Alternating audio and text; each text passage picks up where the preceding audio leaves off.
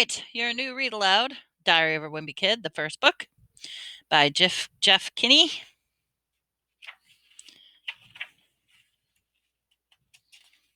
All right.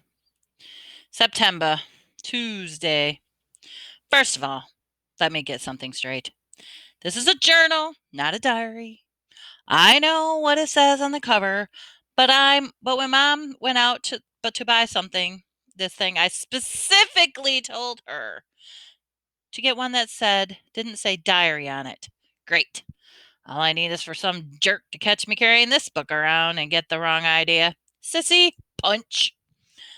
The only other thing I want to clear up right away is this was Mom's idea, not mine.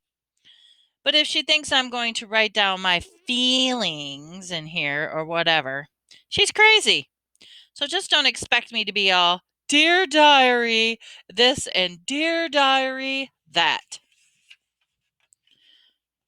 The only reason I agreed to do this at all, because I figure later on when I'm rich and I'm famous, I'll have better things to do than answer people's stupid questions all day long, so the book is going to come in handy. Gregory, tell us about your childhood. Were you always this smart and handsome? Here's my journal, so shoo shoo. Like I said, I'll be famous one day, but for now, I am stuck in middle school with a bunch of morons. Let me just say, for the record, that I think middle school is the dumbest idea ever invented. You got kids like me who haven't hit their growth spurt yet, mixed with these gorillas who need to shave twice a day. Out of my way, runts. And then they wonder why bullying is such a big problem in middle school. If it was up to me, grade levels would be based on height, not age. But then again, I guess that would mean kids like me. Sure, Gupta would be still in first grade. Today, the first day of school, and right now, we're just waiting around for the teacher to hurry up and finish the seating charts. So I figured I might as well write in this book to pass the time. By the way, let me give you some good advice on the first day of school. You got to be real careful where you sit. You walk in the classroom and just plunk your stuff down on the old desk, and the next thing you know, the teacher is saying, I hope you all like where you're sitting because these are your seats, permanent seats. Ah! So in this class, I got stuck with Chris Hosey in the front of me and Lionel James in the back of me. Jason Brill came in late and almost sat to my right, but luckily I stopped him from that from happening the last second. Is this seat taken? Yes, yes. Next period, I should just sit in the middle of the bunch of hot girls as soon as I step in the room. But I guess if I do that, it just proves I didn't learn anything from last year. Greg, will you please pass this note to Shelley? Why, certainly, hee hee. Greg is a dork. Man, I don't know what is up with girls these days. It used to be a whole lot simpler back in elementary school. The deal was is if you were the fastest runner in your class, you got all the girls. And in 5th grade, the fastest runner was Ronnie McCoy. Nowadays, it's a whole much more complicated. Now it's about the kind of clothes you wear, or how rich you are, or if you have a cute butt, or whatever. The kids like Ronnie McCoy are scratching their heads wondering, what the heck happened? The most popular boy in my grade is Bryce Anderson. The thing that really stinks is that I have always been into girls, but kids like Bryce, who have only come around this last couple of years. I remember how Bryce used to act back in elementary school. Girls are stinky poos. Yeah, I don't think girls are stinky poos. But of course, I don't get any credit for sticking with the girls all this time.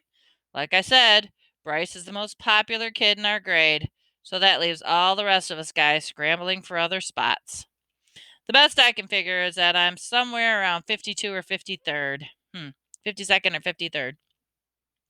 Most popular this year. But the good news is, I'm about to move up one spot because Charlie Davis is above me and he's getting his braces next week. So I tried to explain all this popularity stuff to my friend Rowley, who's probably hovering right around the 150 mark, by the way. But I think it just goes in one ear and out the other. Wednesday. Today we had phys ed. The first thing I did when I got outside was sneak off the basketball court to see if cheese was still there. Sure was. That piece of cheese has been sitting on the blacktop since last spring. I guess it must have dropped out of someone's sandwich or something. After a couple days, the cheese started getting all moldy and nasty. Nobody would play basketball on the court where the cheese was, even though that was the only court that had a hoop with a net. Then one day, a kid named Darren Walsh touched the cheese with his finger, and that's what started the thing called the cheese touch. It basically is like the cooties. If you get the cheese touch, you're stuck with it until you pass it on to someone else. Scream! The only way to protect yourself from the cheese touch is to cross your fingers. But it's not that easy remembering to keep your fingers crossed every moment of the day. I ended up taping mine together so they stay crossed all the time. I got a D in handwriting, but hey, it was totally worth it. This one kid named Abe Hall got a cheese touch in April, and nobody would even go near him for the rest of the year. The summer, Abe moved away to California and took the cheese touch with him. I just hope someone doesn't start the cheese touch again, but I don't need that kind of stress in my life anymore. Thursday. I'm having a seriously hard time getting used to the fact that summer is over. I have to get out of bed every morning to go to school. My summer did not exactly get off to a great start thanks to my older brother Roderick. A couple of days into summer vacation, Roderick woke me up in the middle of the night and he told me I slept through the whole summer, but that luckily I woke up just in time for the first day of school. Shoot. You might think I was pretty dumb for falling for that one, but Roderick was all dressed up in his school clothes. He set my alarm clock ahead of him to make me look like it was the morning. Plus, he closed my curtain so I couldn't see that it was still dark out. After Roderick woke me up, I just got dressed and went downstairs to make myself breakfast like I do every morning on a school day. But I guess I must have made a pretty big racket because the next thing I knew, Dad was downstairs yelling at me for eating Cheerios at 3 o'clock in the morning. It took me a minute to figure out what the heck was going on. After I did, I told Roderick that he had played a trick on me, and he was the one that should be getting yelled at. Dad walked down to the basement to chew out Roderick as I tagged along. I couldn't wait to see Roderick was going to get coming to him. But Roderick covered up his tracks pretty good, and to this day, I'm sure Dad thinks I've got a screw loose or something. Friday, today, at school, we got assigned reading groups. They don't come right out and tell you if you're a gifted group or easy group, but you can figure it out right away by looking at the covers of the books they hand out. Einstein as a child, Bink says boo. I was pretty disappointed to find out I got put in the gifted group because that just means a lot of extra work. When they did the screening at the end of the last year, I did my best to make sure I got put in an easy group this year. Fred picked B, the book. Phew, thanks. Mom is real tight with our principal, so I'll bet she stepped up and made sure I got put in the gifted group again. Mama's always saying I'm a smart kid, but that I just don't apply myself. But if there's one thing I've learned from Roderick, it's to set people's expectations real low, so you end up surprising them by practically doing nothing at all. Roderick, I want your dirty underwear off the kitchen table before I get home from work. Grunt. Later. Actually, I'm kind of glad I planned to get put in the easy group didn't work. I saw a couple of the Bink Says Boo kids holding out their books upside down. I don't think they were joking. Saturday. Well, the first week of school is finally over. So today I slept in. Most kids wake up early on Saturday to watch cartoons or whatever. Not me. The only reason I get out of bed at all on the weekends is because eventually I can stand the taste of my own breath anymore. Can't stand the taste of my own breath anymore. Unfortunately, my dad wakes up at 6 a.m. no matter what day it is. And he's not real considerate of the fact that I'm trying to enjoy my Saturday like a normal person. Vroom.